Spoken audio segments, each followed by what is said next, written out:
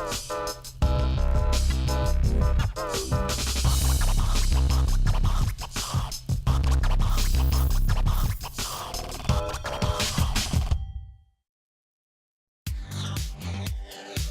York, the center of American culture. The Interview has landed in one of the hottest spots in the world for fashion, theater, entertainment, and cuisine.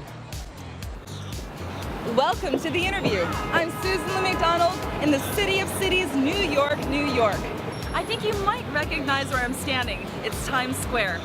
We're on the last leg of our US tour and ready to meet someone who has blended New York style and Korean cuisine, making it hip and accessible. Come with me to Hell's Kitchen to meet today's guest, Hooni Kim. Hooni Kim is a Korean-American chef who has succeeded in capturing New York.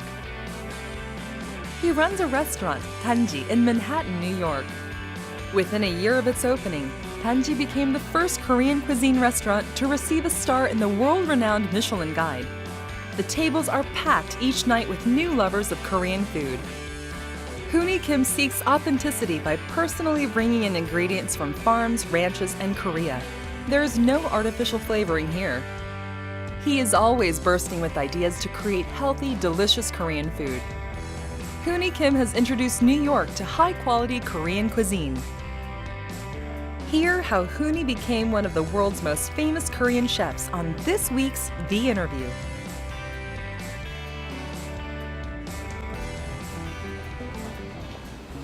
Let's find out what makes Danji a favorite spot among New York locals. They weren't kidding when they said Danji was always bustling with customers. Everyone looks like they're having a great time. The interior design has a distinctly Korean feel to it. I like to come often because it's my favorite neighborhood spot. I think in New York, everyone, wherever you live, you find that spot that after a bad day at work or where they kind of know your name or it's just very inviting. That's the kind of place that you always go back to. So for me, it's only 2 blocks away. It's convenient. It's always open. I get out of work really late. It's nice to be able to stop by on my way home. I took a look into his kitchen. Order in calamari, spicy wing, 2 bulgogi slider, pork slider, short ribs. With orders pouring in, all the cooks are moving busily.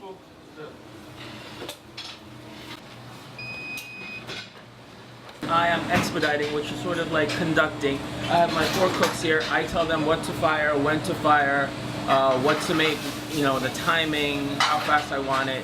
So part of being a chef isn't actually cooking. It is making sure that you teach your menu to your fellow cooks so that during dinner service I can see all the food coming out. Because if I was cooking, see you have these 4 cooks, I would be only doing 1 or 2 or 3 dishes and you have all these other dishes coming out when I don't even see it. Whereas here, I see everything coming out, I see everything, I taste everything, just making sure that every single dish is the way it's supposed to be. The customers here can unwind from a long day and relax with the plates of delicious food. Everyone has a favorite dish. The basam is really good, which is braised pork, which is really excellent. But there's things for vegetarians on the menu. So there's a tofu dish that's really good, and there's the Kobe sliders are really good. And if you want really kicked up spicy food, the Korean fried chicken wings are just amazing, and they're really hot. So I am a Korean American who is very tied to Korea. I've lived here for a very long time. I've never really lived in Korea after I was 3 years old. But I have that bond with Korea, and I show it with my food. And I want them to sort of understand that. Hooni Kim contains his love for Korea in his food. This sincerity is the key factor that captivates all of his diners, whether they be Korean or American visitors. Every day, Hooni's delicious and sincere creations keep people coming back to Danji in New York.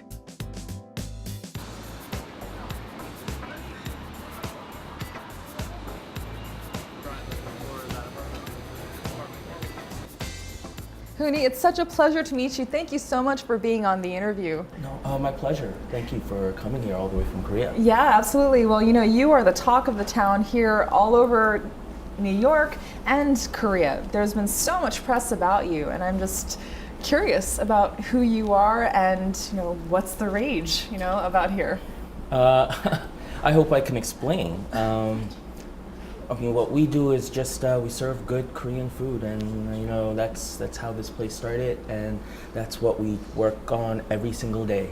So I'm just glad that people have taken notice and people appreciate what we're doing. Absolutely.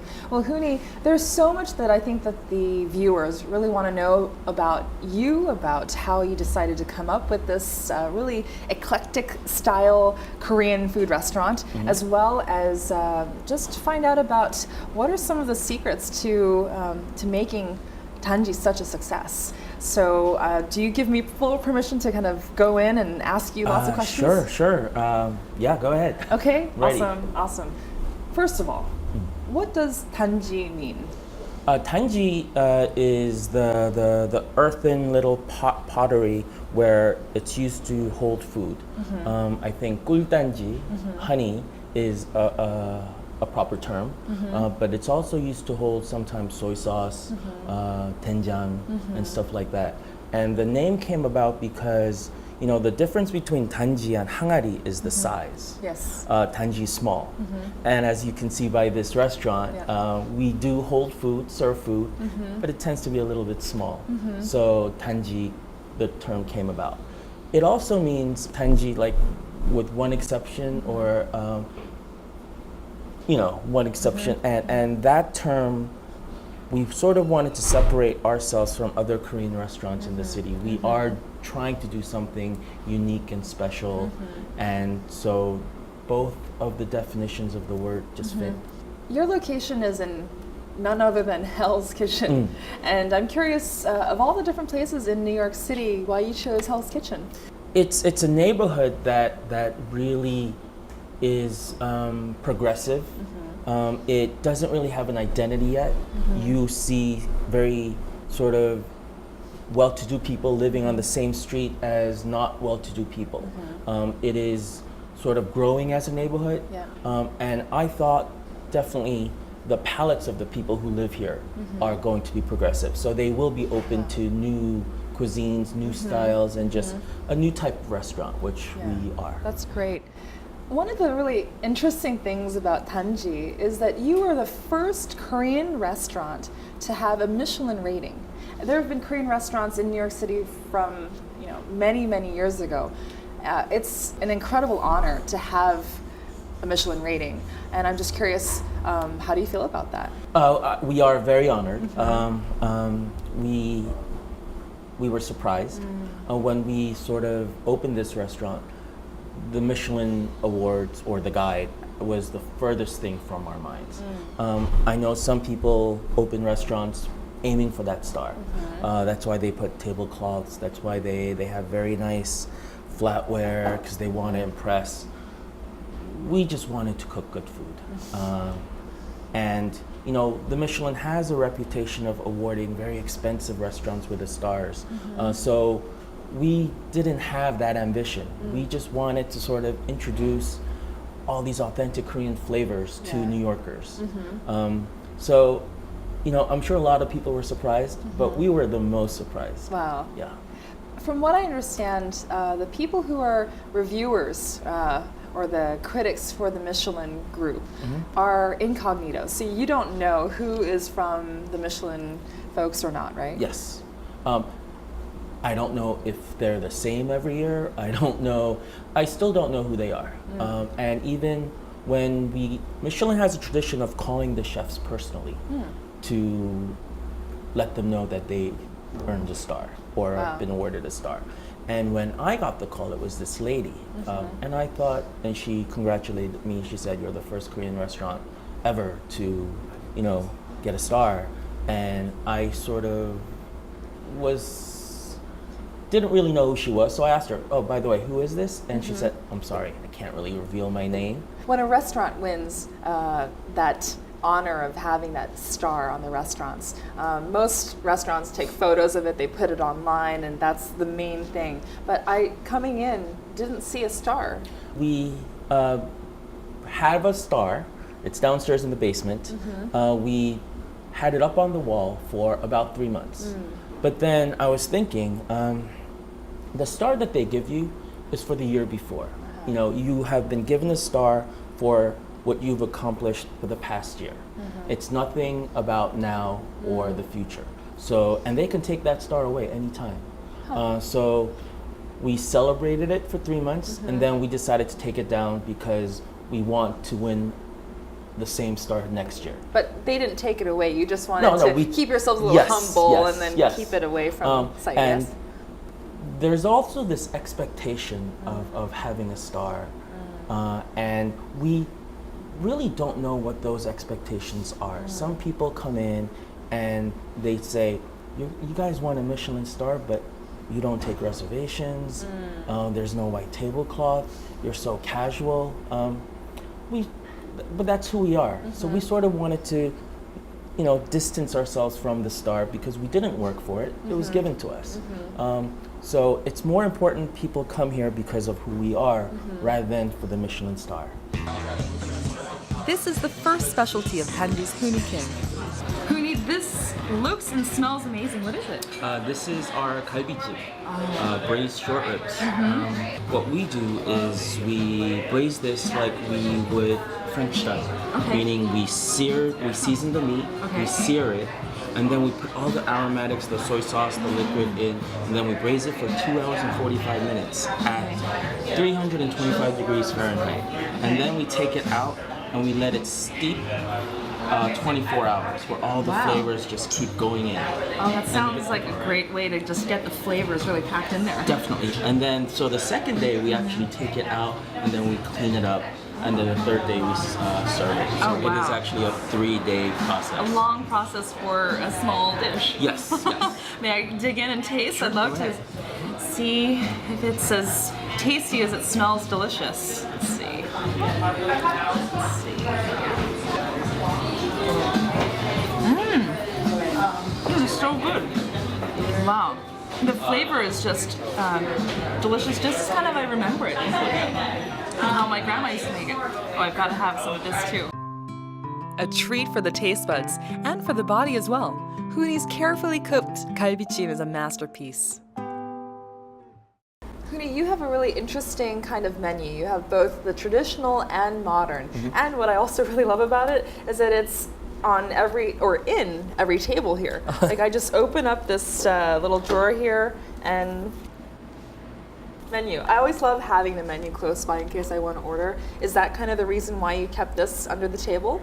Yes, our tables are small, and we are tapas style, meaning you don't have to order everything at the same time. I think the best way to order at this restaurant is order 2 dishes, order 3 dishes, and then keep going. If you like it, you keep going. And we sort of had that confidence where if you taste our food, you will want more.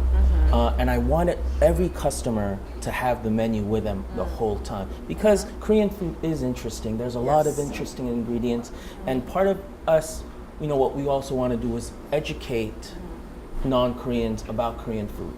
And if you only get to see the menu for 5 minutes and you have to put it away, you can't learn as much. But if you have the menu with you and you see the food that comes and then read more about it, I think you just get more comfortable with the food. Definitely. Well, I'm really familiar with Korean food since I was a kid, and so I recognize a lot of the foods from the traditional menu, like the yuke, which is the steak tartare, the taktigim, and dubugimchi, and all these things. And then when we flip over to the modern section, it's something that's maybe somewhat Korean, but it's your own creation, yes? Yeah, I would say, you know, Danji is a New York restaurant that serves authentic Korean flavors. Now, traditional side, it is just Korean food dishes with a Korean name. On the modern side, it's more of authentic Korean flavors delivered in a New York style. So if you close your eyes and you just taste the food itself, it is very, very authentic. But it's just packaged a little bit differently where my creativity comes out, more of the New York side comes out. Yes. But I don't want to say that it's fusion in any way because fusion assumes that you break away from the authentic Korean flavors. And I think the most important thing about Korean food is the strong flavors. Yes. And that we try to retain.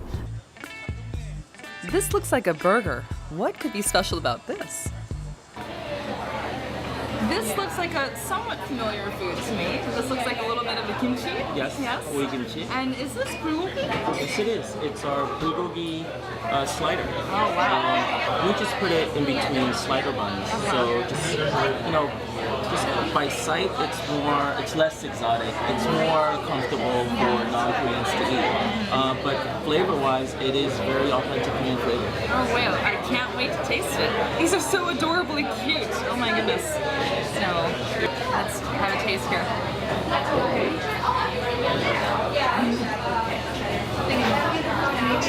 It's the bulgogi taste that I really love. There's a bit of a spicy kick to it too. Yes, it is the actual black peppers. Koreans don't use coarse black peppers, but we do. Just to sort of give it a little bit more accent. And the oiginchi. Oh, this is so nice. I can have another taste. Hooni Kim transforms even familiar dishes to fit different cultural preferences.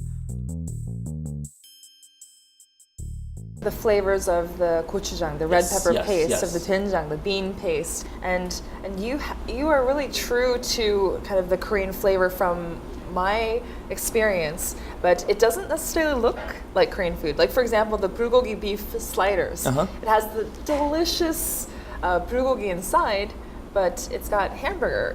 Well, it looks like a little mini hamburger. Yeah, because when we try to introduce, let's say, bulgogi, it sounds sort of exotic, right? On the menu, it sounds exotic. And the way Koreans eat it is they use a lettuce and they do a little sam with the gogi, the pa, and the gochujang, whatever. Right. It's like a wrap with the lettuce, exactly, meat, and the paste and the scallions. The garlic and everything. And the one way we can sort of make it not exotic is just put a bun covering it instead of the lettuce. And then all New Yorkers or everybody in the US, they recognize that as like a little hamburger and slider. And whatever you put inside it, it's more, they feel a familiarity. Yes. So that was one of our ways to introduce exotic Korean flavors to New Yorkers who may not be open to it. We had a chance to talk to a few of your customers and get some responses from them. And I think that it's really interesting to hear that they are just absolute fans of the restaurant and of you. And I think that it's a real testimonial to your devotion and dedication to helping people know about Korean flavors that they otherwise wouldn't be able to kind of have access to. That is part of our goal. It's also the way we do it, I think. I think this restaurant is very honest in everything. Our pricing, our ingredients. We list where all of our beef comes from, where all of our pork comes from, where all of our produce comes from. We have to, just because some restaurants they don't want you guys to know because they get the cheaper products. We pride in ourselves in using the best ingredients possible to cook Korean food, which really hasn't been done in this country as well, not as often as I'd like. Your eye for getting the best ingredients must be, pretty stellar because you've worked with the best. And I'm curious, how can you distinguish between what is an excellent kind of ingredient and what's an okay ingredient? That's just very easy. Produce, it's the freshness, it's the crunch. You can see it. Also, one of the most important things is getting the products directly from the farms. Like we get our pork from Nyman Ranch, which is a ranch famous for pork and lamb. So we trust that farm. We trust that ranch. We use Satter Farms vegetables. We know the farmers, so we know how they grow their vegetables without pesticides, and the animals, the beef and the pork, without hormones. Because which is so important, because the hormones can really mess people up. Yes, it's unhealthy. It's not natural. You don't want your children eating it. Right. So having this relationship with the purveyors, with the farmers, with the ranchers, it makes your job easier because you don't have to test everything that they deliver. If you're going to be true to Korean cuisine, you can't miss a good gochujang or doenjang or soy sauce. Do you make your own ingredients? Do you commission people to make them? And what about your kimchi, the flagship Korean food? Kimchi we make in-house. Every 2 weeks, my mother-in-law comes here and she makes a big batch. Wow. As for the other ingredients, we apply the same sort of philosophy where I go to Korea, I know where we make our doenjang. It's about secret? a 30-minute drive from Pohang up the mountain called Jukjang. That's where we get our changirum. Okay. That is where we The get a sesame lot oil? of our ingredients. I see. And unlike other restaurants, we try to get all of our ingredients from Korea. And that is the difference between, I think, our flavors than the other restaurant flavors because, Korean food, once you leave Korea, it just tastes different. It loses its authenticity because I think a lot of the ingredients that are used here in the US are supermarket products because the real artisanal doenjang, they don't sell it in this country. The real hand squeezed changirum, they don't ever make it out here. Right. So it is my job as a chef and an owner of the restaurant to go to Korea and find the best products possible and then bring it. And that's what we do. That makes for really good food, but you can't help but think about pricing, right? So if you're going to get just regular supermarket type of gochujang, then your price point can be a lot lower, is my guess. Yes. But if you're flying things in from Korea, you've got to reflect that in your pricing. And while the food is absolutely delicious, and I think it's worth the prices, I think that Koreans coming in here might have a couple of other thoughts about that because it's not cheap. Yes, it shouldn't be cheap. Why should Korean food be cheap? Why do some people go to a sushi restaurant and spend $15 for one piece of, toro when you can get a big bowl of doenjang jjigae at our restaurant and pay $12 and say this is expensive and this is cheap? I think people don't respect Korean food enough because traditionally Korean food in the U.S. has always been sort of cheap. I'm trying to change that, because definitely Korean food in Korea is not cheap. No. There are a big range, and I think a lot of other ethnic restaurants, sort of Japanese food in New York, they are very expensive and very cheap. Italian, very expensive, very cheap. Korean restaurants, it's all like right here in the middle. Yeah. And There's it no shouldn't fine dining Exactly. in Korean restaurants here in the States as opposed to Korea. I see. And that needs to change. For the cuisine to grow, that needs to change. We need to have a wide range because it's like when you go to Korea, you take a diner, a New York diner, and take it to Korea. Yes. And that represents American cuisine. That's wrong, right? You have steakhouses, you have expensive restaurants, and then you have cheap restaurants. But that's what I think Korean food in New York is right now. You have these diner-esque restaurants with 20-page menus, all serving the same flavor, same food. So we're doing something a little bit different. It is not cheap, and it shouldn't be, because we use superior products. We have an amazing team who work long hours to prepare a certain dish where some people can use MSG and prepare it in 2 hours. We take 3 days. 3 like the days. galbichi.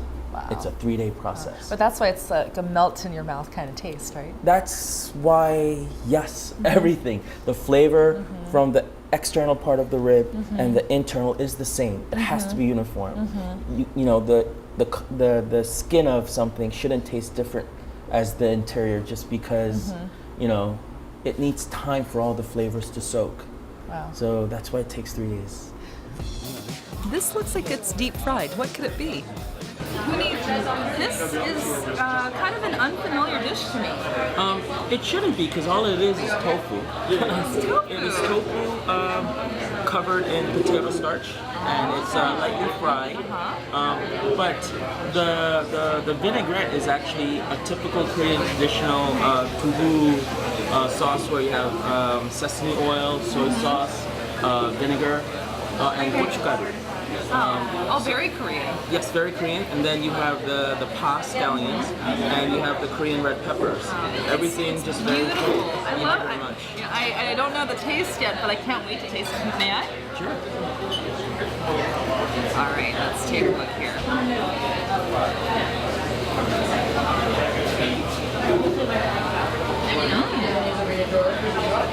I love the vinaigrette. It's and it's very Korean. Yes. I love it. Wow. I feel like I need to just kind of dip it in more of this.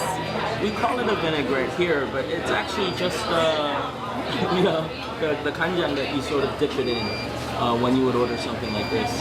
Well, the outside is so crispy. It almost tastes a little bit like duck. Yeah. The rice cakes. It's a play on sort of three different textures. The tofu inside should be pillow soft. The covering should be a little bit crispy, Yeah. and in between, you do get this sort of duck texture, Yes. where the moisture from the tofu collides with the crispiness of the starch, and it sort of is stretchy. Wow. Well, the presentation is beautiful. I love this plate. I mean, the presentation really does make a difference, doesn't it? Yes, because if it's pretty, you want to like it. So you start with an optimistic view. Well, I have to say, I'm so optimistic. I am going to have another one. Hooni Kim's tofu dish turns all of our expectations on their heads.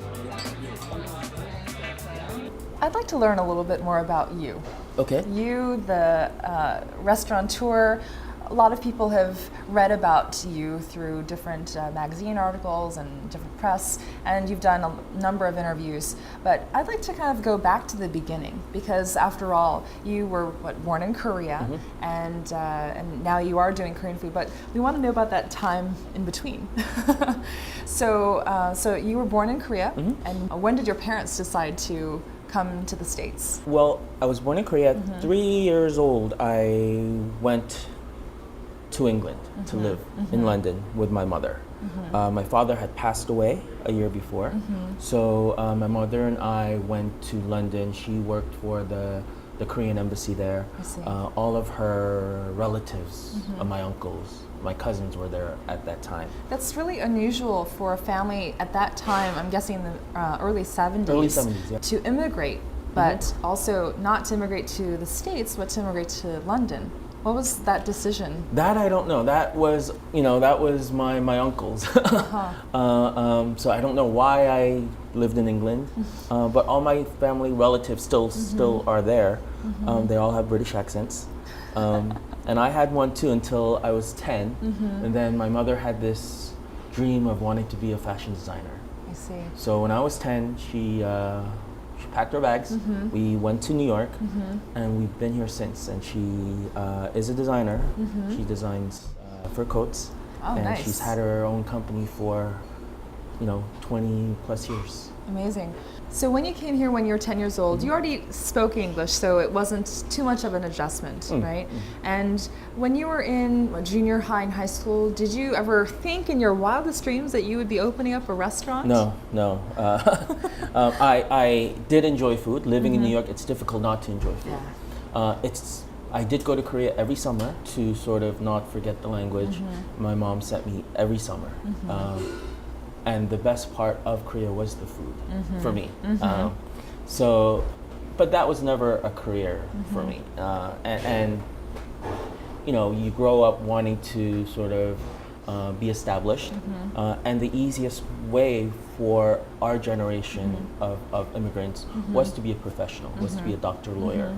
And that's sort of the path that I was taking until I got the bug. So I was in. So let's backtrack just a tiny bit. So you went to college at Berkeley, majoring in biology, is that right? And completely different than cuisine arts, right? Culinary arts. And then from there you went to med school. You actually got into med school. Went to the University of Connecticut and went there for 3 years, right? 3 years. So you were absolutely on that traditional Korean American success story path of becoming a doctor, but then something happened. Going to med school wasn't something that I did because I really wanted to. It was a passion. It was more, I didn't have a passion, so what can I do? be something respectable. So I was pre-med in college. So the natural course is go to medical school. And that's what I did. But coming close to graduation, coming close to where I was really going to have to work, at being a doctor, I started getting migraines. I started getting doubts. I wasn't enjoying what I was doing. So were you physically just getting ill from the thought of spending the rest of your life in a job that you weren't absolutely passionate about? That is what I concluded after, but at that time, no. At that time, it was just, I need a break, it's too stressful. But that stress was because I was doing something that I didn't have a passion for. So basically what happened was I took a year sabbatical. Okay. Didn't have the money to do anything. So I went to culinary school just to sort of learn more about food. I imagine that it must have been quite a difficult thing for your parents to accept you wanting to leave the medical school and go to culinary school. What were their reactions like? My mother did not speak to me for almost a year. She didn't speak to you? No. She cut you off for almost a year? Whoa. She blamed my wife for letting me do that. I mean, she knew it wasn't, my wife wasn't 100% comfortable with that either, but there were strong objections. Wow. But then I knew there would be. If my son did that, I would have the same objections. Because you've spent 3 long years in medical school, racking up loans like most of us do here in the States when we go to school, and then you decide to just switch over to culinary school. Give up. That's what it seemed like. For me, it was a 1-year sabbatical, and I had all the intentions of going back, but that's not what it looked like to others. So what was it like for you and your wife? Because if your mother didn't speak to you for a year, and you obviously would love your mother and you want that approval. If she's not speaking to you, how did you try to convince her that that this was the path that you wanted to go on? It drove me to excel. When I had decided, okay, I'm not going back to medical school, I want to be a chef, I knew I had to be a darn good one. Leaving a white-collar career to cook, which I still consider it's a blue-collar job. Well, you still have a white collar. Yeah, and lots of similarities too. Sorry. Lots of similarities. But it drives you to become a better chef than a better doctor. So I always knew I had to succeed. Had to, no other option. Because if you don't, then you failed at 2 things. You failed at being a doctor, you failed at being a chef. That's it's tough to recover from that. And as the only son between your parents, that's a lot of pressure to have. I think so, looking back, but not at that time. At that time, because I always knew my mother, all she wanted was for me to be happy. And if I knew that being a chef made me happy, then it was just a matter of time when she came around. And I still feel that way. So, mothers can be very strong, and my mother definitely was objecting to my decision. But deep inside, I knew all she wanted was for me to be happy, and I knew I had the answer. What was the turning point for your mother to finally accept that this is your chosen path? I think getting a job at Danielle, which at that time, or still is, one of the best restaurants in the city. Yes. And seeing me sort of happy, I think. I think as a mother, you can see when your son is sort of happy, even if you're not talking to him. Yeah. You can see. And she saw that I was happy. She saw that I was really working hard. And she saw that I was sort of good at what I was doing. So that's when she started coming around. I don't know when she fully came around, but that's when she started talking to me again. Let's backtrack. Okay. How did you get a job at Danielle? That's one of the most coveted types of jobs in the city, no? I was very fortunate. I had just graduated culinary school. I had 3 months left before I could I had to go back to school, I decided, well, my last 3 months of freedom, I'm gonna try to work at the best restaurant possible. And I applied for an internship, which means it's a non-paid, I was just working for them for free. And I did until sort of 2 weeks in, Jean-Francois, executive chef at Daniel, offered me a full-time job. That must have been incredible. Dream come true, because Wow. this is a restaurant where people work 10 years at other restaurants to try to land a job there. That was when I had to make a decision. Even then, I don't think I gave up medicine to become a chef. I took another year sabbatical. So you hadn't told your med school that you were quitting for good. No, You just no, kind of no. kept Yeah, on kept extending on, yes, the yes. sabbaticals Until they told me don't come back. But then, I knew, after working at Daniel, the chefs I respected more than the doctors that I worked for.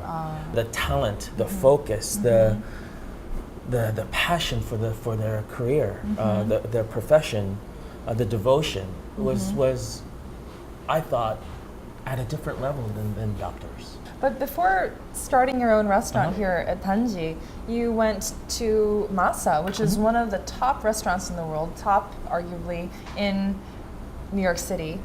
Very expensive. Yes, delicious, yes. but very expensive. Yes. And why not just go to a Korean restaurant? Cooking is technique. Cooking is a skill. You need to, before you can cook your own food, you need to understand how food works, how fire works with food. Certain cuisines have different philosophies, different techniques.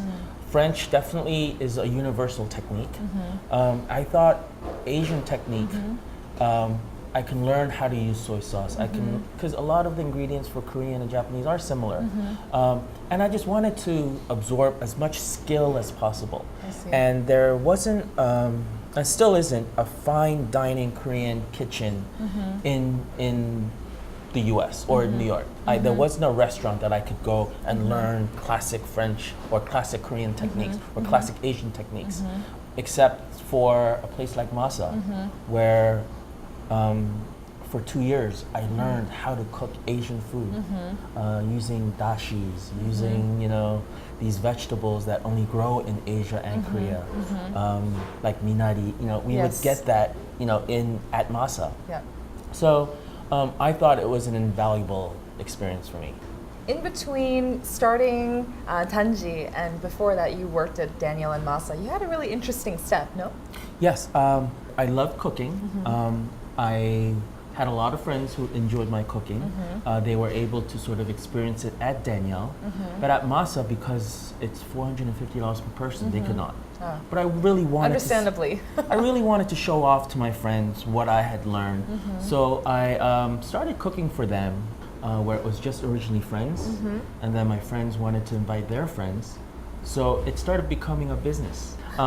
So that sort of allowed me to be creative. Because the whole time that I'm working at Daniel and Masa, there is no creative outlet. Yeah. You are trying to technically perfect and imitate what the chef wants you to do, Yes. like his food. So it's more of a technical job. I see. Whereas creating your own menu and having your own restaurant is you get to sort of put who you are on that plate. And there is a lot of creative energy in that process. So I wanted to do that. So I thought, it's time for a restaurant. Wow. And that's how Danji was born. My philosophy for running Danji is just to be honest. Just to be honest and showing the customers who you are by our food, by our service, by everything that we do, being fair. So I think the easiest way for me to run Danji is to always have this sort of this structure that I can go back to, and that is I am that structure. It's always easy if I stray away to sort of come back to who I am.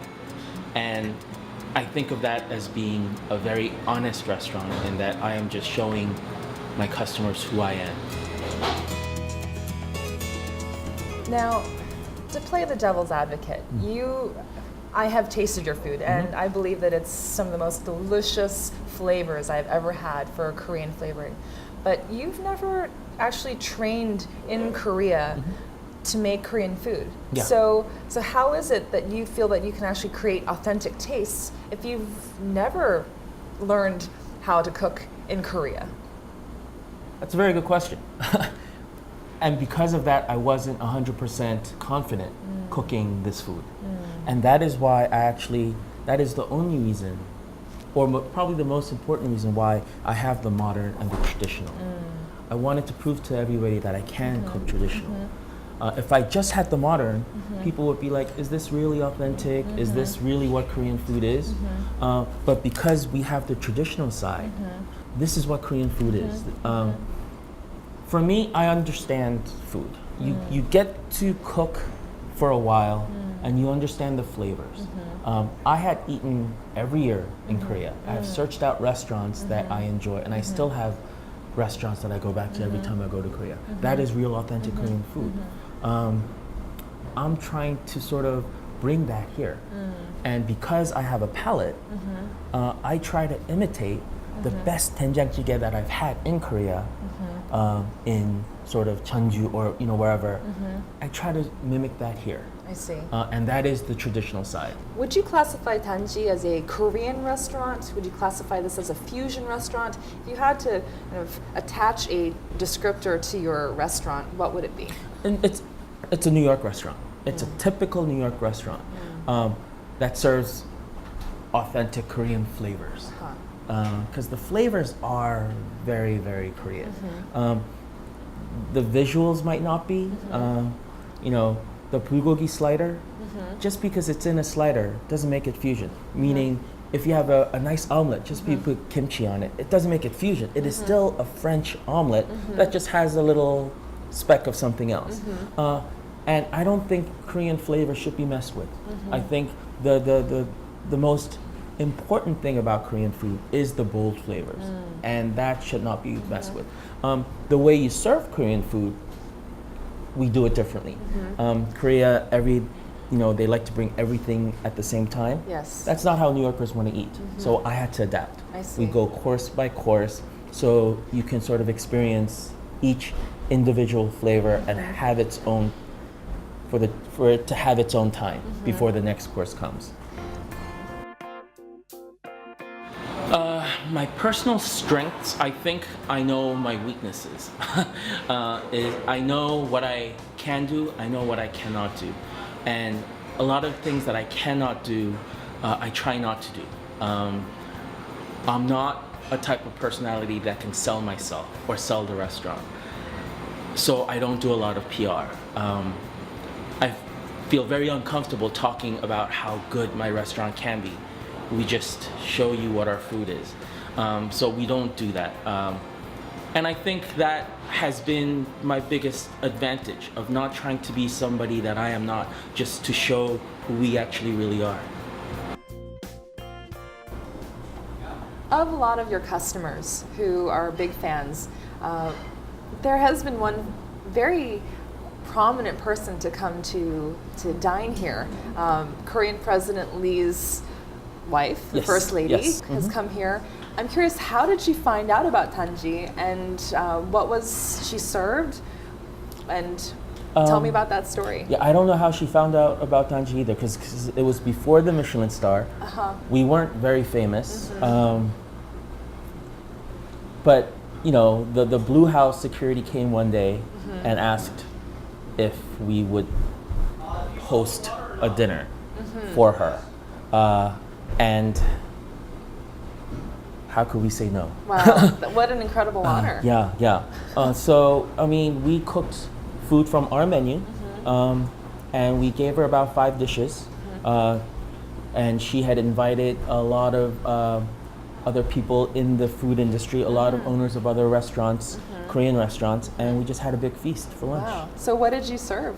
We served her 보쌈, 은대구 조림, 갈비찜, 호박죽, and 된장찌개. Wow. Do you know what was one of her favorites? I think the 보쌈. Bossam was her favorite. With the bossam, it's sort of traditional, but we sort of tweak it a little bit because Americans don't like to eat unflavored meat, like unmarinated. You know, they need salt, they need something. So that's what we do. We braise our pork where there's a lot of flavor, and instead of using 백김치, we use just boiled cabbage, and we still have the mumalyengi. So it's a little twist on the 보쌈, but you know, we try to make things better than the original here. Everything, yeah. So if I am talking to Hooni 20 years ago, what I would tell Hooni is find your passion early, and don't be afraid of what that passion will lead to, but you know, find it now, because don't be afraid, just find your passion. And I would say that to everybody and anybody. What's one of the most difficult things about running a Korean restaurant? The ingredients. What do you mean? If I had opened a French restaurant, everybody would deliver to my doorsteps. Very authentic. The truffles would come from France or Italy. You know, foie gras would come, you know, great foie gras from France or even the Hudson Valley. All the ingredients they would deliver. All I would have to do is just make a phone call. With Korean ingredients, I need to go to Korea and find it. And that is the hardest thing, because you want to use great ingredients to cook Korean food. You don't want to use supermarket products. You can't find it here. You have to go to Korea. So that is still the most difficult thing, trying to find really good ingredients. What do you think are some of the most difficult times in choosing this path as a chef? Having to work 14 hours, 6 days a week.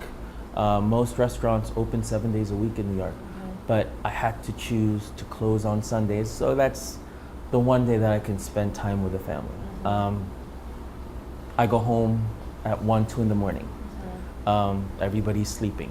So I don't have a regular sort of lifestyle. I mean, do you think you can keep this up for your entire life? Do you think there'll ever come a point where you say, you know what, I've done what I wanted to do, but now it's time for me?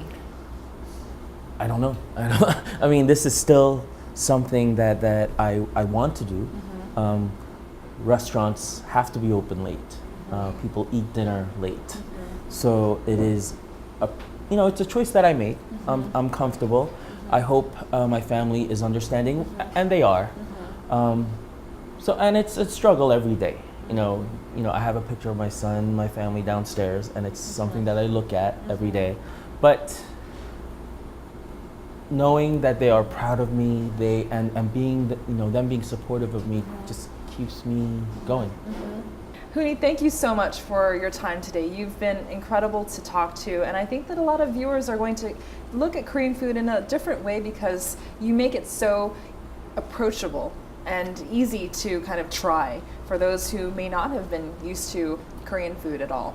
I definitely hope so, and I think we do that, seeing our customers. So that was our goal, and that continues to be our goal. But thank you for coming here. Thank you so much, and we'll see you again.